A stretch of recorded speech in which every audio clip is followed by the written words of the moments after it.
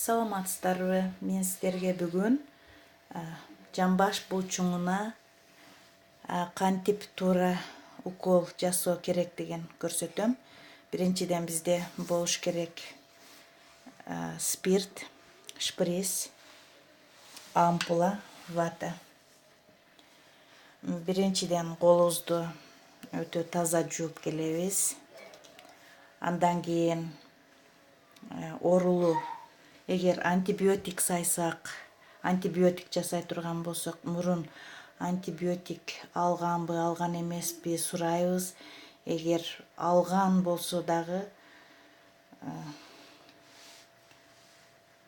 0,01 жамбашына баары бир проба коюш керек.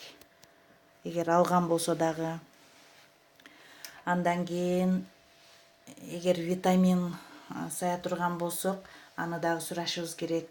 Айрым бир витаминдерге аллергия болушу мүмкүн. Айрыкча витамин В1ге. Андан кийин сурап алгандан кийин уколду эгер аллергиясы жок болсо, оорулуунун уколду даярдайбыз. Биринчиден вата менен биринчиден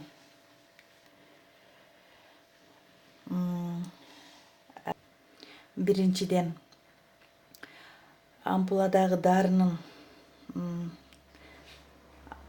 атын окуп алабыз, аябай көңүл буруп, канчанчы жылга чейин аны карайбыз, дозировкасын карайбыз, канча миллиграмм назначение болгон. Андан кийин ватаны алып, атайын бул жерде мындай меткасы болот. Ушул жерден дарыны сындырып алабыз.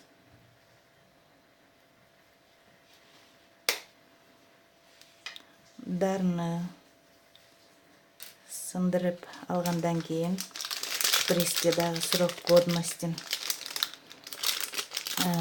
жылын окуп, андан кийин акырын шприцке сордуруп алабыз. Шприц ийнеси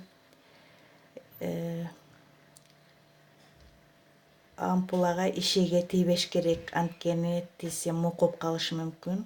Акырын баарын сордуруп алабыз. Сордуруп алгандан кийин көөгүн чыгарып алабыз. Көөгүн чыгарып алгандан кийин шприцтин капкагын жаап алып, андан кийин спиртти ачабыз.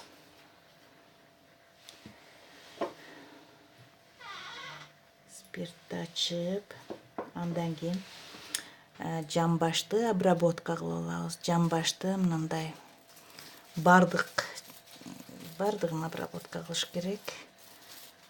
Бир эле жерди обработка кылбай, бардыгын обработка кылып, андан кийин 4кө бөлүп алып жамбашты үстүңкү ички катмарына уколду жасайбыз. Анткени бул жерде нервтер жана тамырлар жок.